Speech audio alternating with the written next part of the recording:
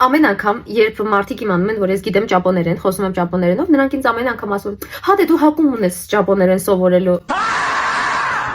Excuse me? Հակում? Հակում? Какой нафиг հակում։ Ես ուզում եմ ամեն անգամ ասել, բայց ես լռում եմ, որպեսզի խնդրեմ չառաջացնեն։ Բայց եկեք բացատրեմ։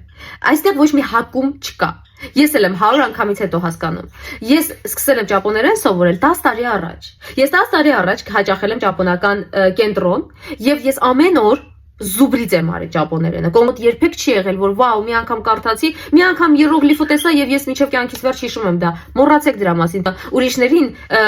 չգիտեմ, գենի մի սարքեք ձեր ալարկոտության պատճառով։ Ես ուղակի, այսպես ասած, վիզ եմ դրել ճապոներենի վրա։ Ես սովորել եմ ճապոներեն 4 տարի, 4 տարվա ընթացքում ես ստացել եմ N2 սերտիֆիկատ։ Հետո ես երբ որ եկել եմ Ճապոնիա, ես օր ու գիշեր մոտ այսպիսի կարմրած աչքերով ես օր ու գիշեր պարապել եմ 2 տարի Ճապոնիայում ապրելով, 2 տարուց հետո, առաջին տարին վախեցա հանձնել, 2 տարի հետո ես հանձնել եմ առաջինը N1 իմ տապոր դեմքով ճապոներեն սովորողների ամենաբարձր մակարդակն եմ ստացել, բայց նույնիսկ ամենաբարձր մակարդակը ստանալուց հետո ես հասկացել եմ, որ դա այդքան էլ լավ ճապոներեն չի, որովհետև արտասահմանցիների համար քննությունը լրիվ տարբեր է։